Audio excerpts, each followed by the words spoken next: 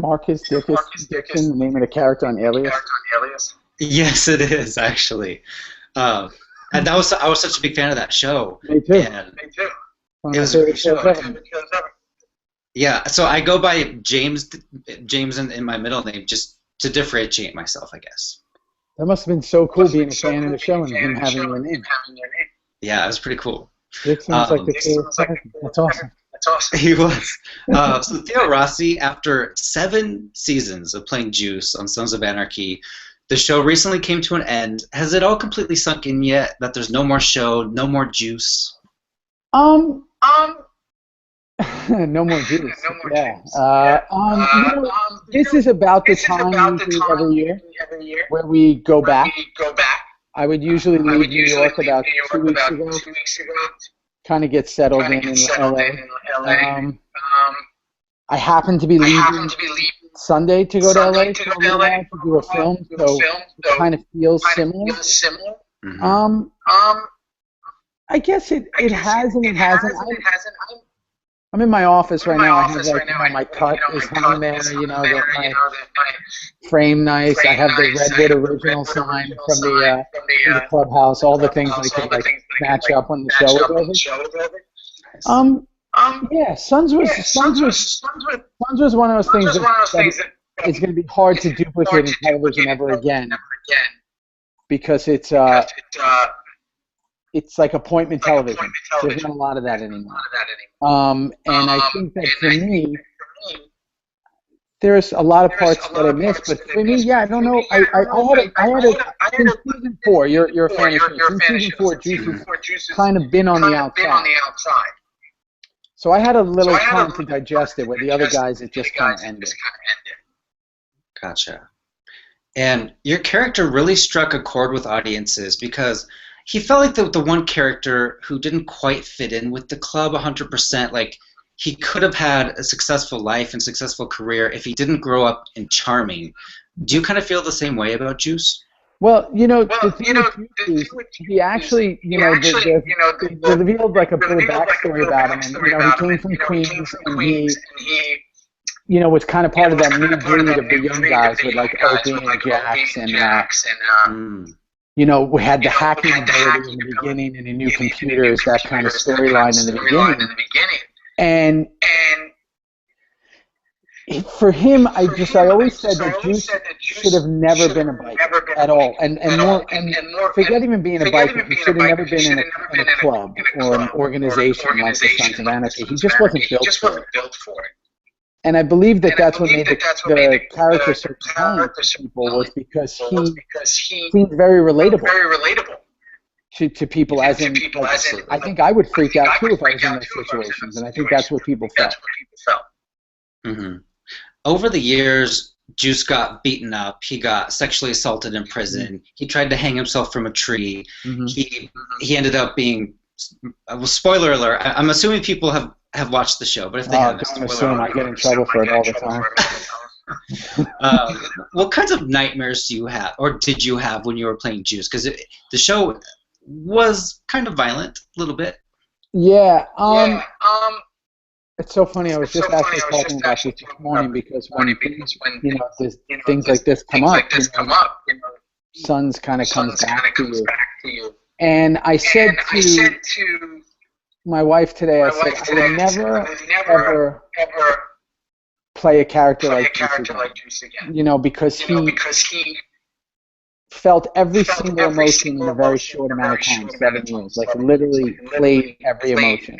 And as an actor, it's like what you dream of, to be put in those situations. And I've never been a big believer of you take characters home with you, you kind of leave them where they are, and you go to work. But Juice was one that really sat with me. It pushed your mind to a place where you don't necessarily want to go to make it believable, whether it be in taking your own life or the most horrific thing that could happen to a human being is being taken against your own will, being sexually assaulted and then being incarcerated and then being betrayed by people like Gemma and Clay, people he trusted that were mother and father figures to him. it was one of those ones that was very hard that I wasn't the easiest person to be around for the last 4 years. We have a fan question from Taylor. Yeah. Taylor wants to know, do you think Juice deserved the outcome that he received from the club?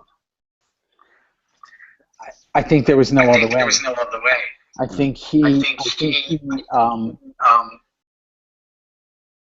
tried really hard, but at the same time he made a lot of mistakes. You know, he did those things. All the things he did was just this folly of errors.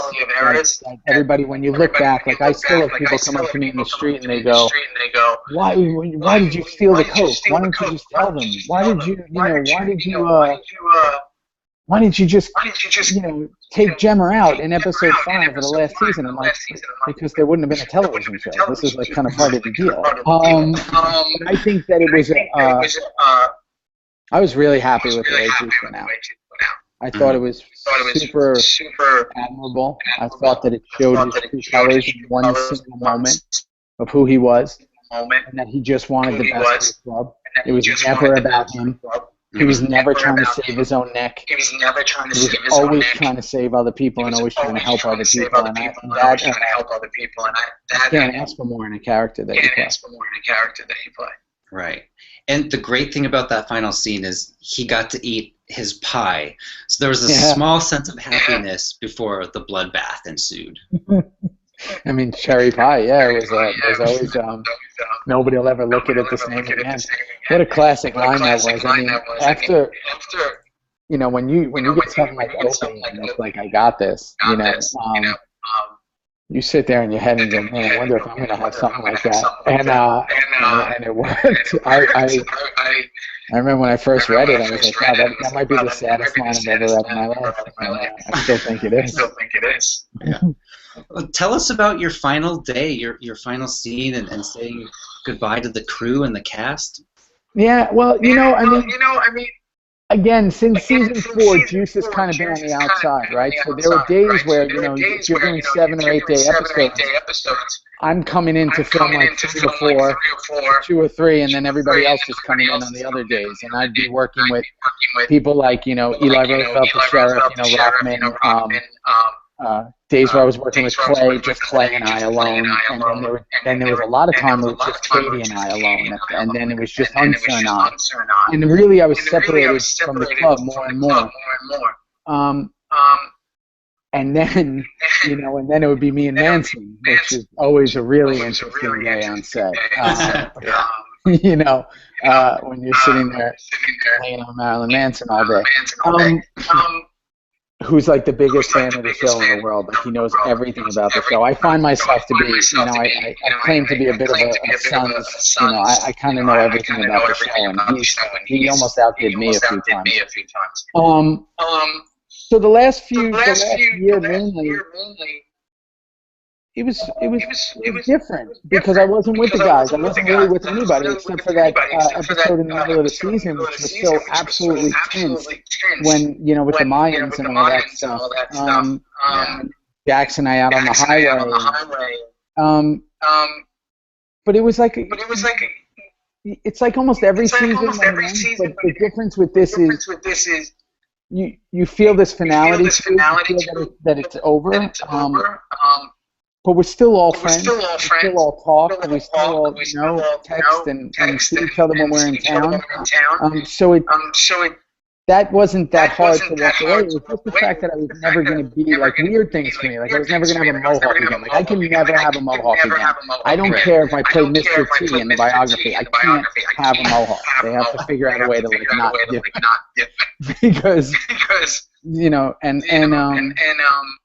just not being Juice. I love Juice. You probably don't miss all the tattoo work that went on every episode.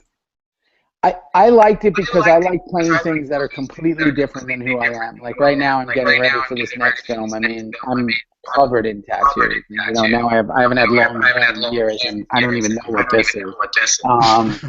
This is like an attempt at something.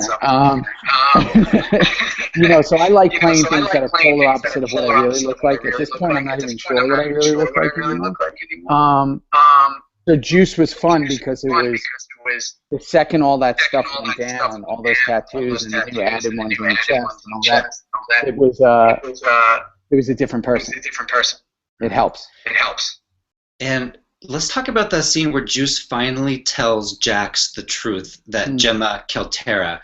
That was incredible to watch. What was it like filming that scene? You both were so emotional, you and Charlie Hunnam. Yeah. Charlie is an incredible person because we both have a similar process to the thing where it's hard not to bring a piece of the character home. So I don't know if it was on purpose, I don't know if it was by accident, but we avoided each other for most of the year. We said hello when we saw each other. I was like, hey, how are you? What's going on? But we just avoided each other because just did. We still hung out like when we said very little, but it wasn't like it was. And then when that scene came, I remember walking onto the set, and he was there, and we just gave each other kind of like a low five, like hello. We went to neutral corners, kind of like fighters. And we didn't want to rehearse. We didn't want to do anything. They kind of shot out the Manson part where he comes in the beginning.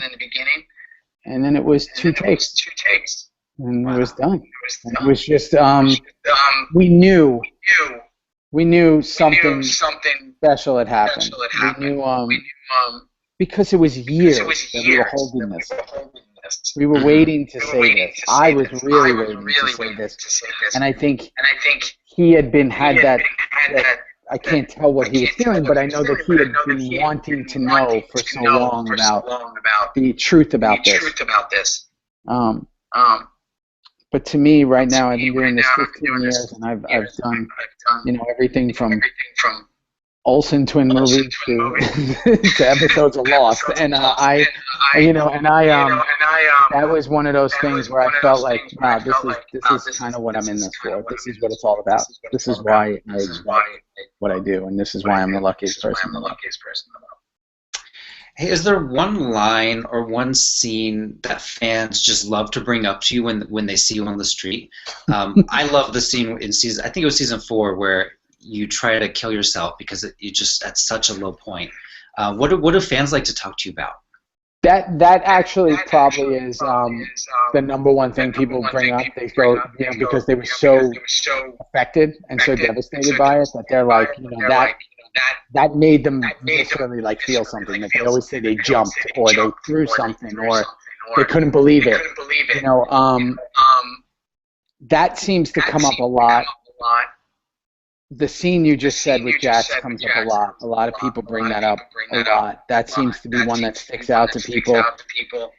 And then, it's funny, a lot of people bring up the comedic stuff from the first couple of years, which was, Tig and I with the Dobermans when I fed them Crank and they bit his ass and all that. And, back when Juice was like innocent and stuff. But what I find that's so fascinating to me and why I love, especially New York and LA, where people are very, the places that I spend most of my time, and Texas and Canada and even just Paris recently. But the people feel they know so much. Our fans are so knowledgeable, and they feel so connected to people like this roller coaster of him. And when they see me, they just want to make sure I'm okay. They're like, "Are you okay?" I'm like, "Yeah, I'm fine." Yeah. They think that they think that my emotions are like that I'm as damaged as he is. Right. And Holly, this is another fan. She wants to know, what do you miss most about the show? Kind of a broad question, but is there one thing you miss the most? Yeah, I mean, the thing that seems to be was the camaraderie, that we had. We would ride up, there would be 8 bikes in a row in our parking spots. We all rode motorcycles. We'd all hang out. And in the first couple of years before the show became this lightning in a bottle, like I always say, this, selling the T-shirts and Hot Topics kind of deal. It was just like our little show, and we would like we would go to the bar, and sometimes we'd go to the bar and watch the show, and we'd like, we'd go and hang out, or we'd go up to like wolf sanctuaries, we'd go do these rides. We would always be together, and like anything else. And when it gets really successful, when it becomes like video games and action figures, things change, not with us. Things just change on the outside world. It's harder to roll up to a diner with the 6 of us on motorcycles because they actually think you're filming a scene or something. Like, what's going on here? So the camaraderie of it all, just us all being together, is kind of pretty amazing. It's in lifetime stuff. And at Gold Derby, we're a big, an awards website. We track the Emmys and things like that. And Sons of Anarchy, it had the critical support, it had the fan support, but for some reason it never connected with the voters. Kurt Sutter has been pretty open about the snubs. Can you talk a little about what it would mean if the show were to get in for the final year, or for you to get a nomination for yourself? I'll say this, because I'm a pretty big fan of, I have a production company. We just produced our own film that premiered at Tribeca. I'm a bit of a historian on film, and I could pretty much go head to head with anybody about movie history and the way this business all came about, and especially when it comes to performances and stuff. I got to tell you, I'm not saying this because I'm a huge fan of Sons, because I am. I'm a huge fan of the show, and I was able to kind of step back from the fact that I was one of the people on it. The acting is phenomenal. The story is incredibly gripping. I don't know anyone that said, I don't know anyone in my life that's ever said, I watched 1 or 2 episodes, I wasn't into it. Like I've heard the polar opposite of it. Like, I watched 1 and then I had to watch 2, and next thing you know, 2 weeks of my life was over, and I'm completely obsessed. And now I have Son's blankets, I have a Son wallet. I just named my kid Jax, and my dog's name is Chip. Like, they're like obsessed, and that to me says it all. I don't know why. I think that if you put it. If in simple competition-wise, if you took scenes from Sons and put them up against other things, I think it would be hard to deny what's going on. But why? I don't know. I mean, what's the rhyme or reason? I can't answer that. I just don't know. No, I just don't know. Who knows? And we have a final question this is a good one from Monica in LA. What has it been like making the transition from a badass biker character to your next project? And what is your project? You kind of hinted at it earlier. Yeah, I was lucky enough that the second I came off Sons, I went to do this film for Sony, When the Bow Breaks, and he was a very, very nasty guy. So polar opposite of Juice. He was a very move forward, and I don't care who's coming with me person. Bad Hurt, my company's movie, which we filmed last year, that's coming out, was different because I filmed that before the final season. And now I'm going to do a film for Universal called, it's untitled Lowriders. It might be eventually called Lowriders, with Demi and Bashir and myself. And Brian Grazer's producing it. It's a very different character from Juice as well, but also he's definitely damaged. So for me, Juice has helped me. Again, I'm really lucky. Juice has helped me for the rest of my life because I got to explore every single emotion. Where most people are just one character for 7 years, or 8 years if they're lucky, or 6 years or whatever. Nowadays, 1 season if you're lucky. But for me, I got to really explore every single one of them, and it's really helped me in all the roles. So I think all my roles, almost by accident, would have a part of Juice in it, because he's really had everything, from the comedic to the to the angry to the depressive, this to this. There's an element of something that I've played in him and everyone.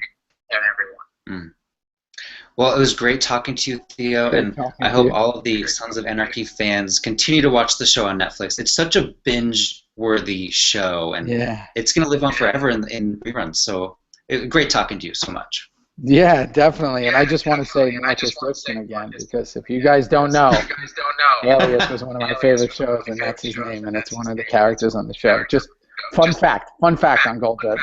All right, thanks.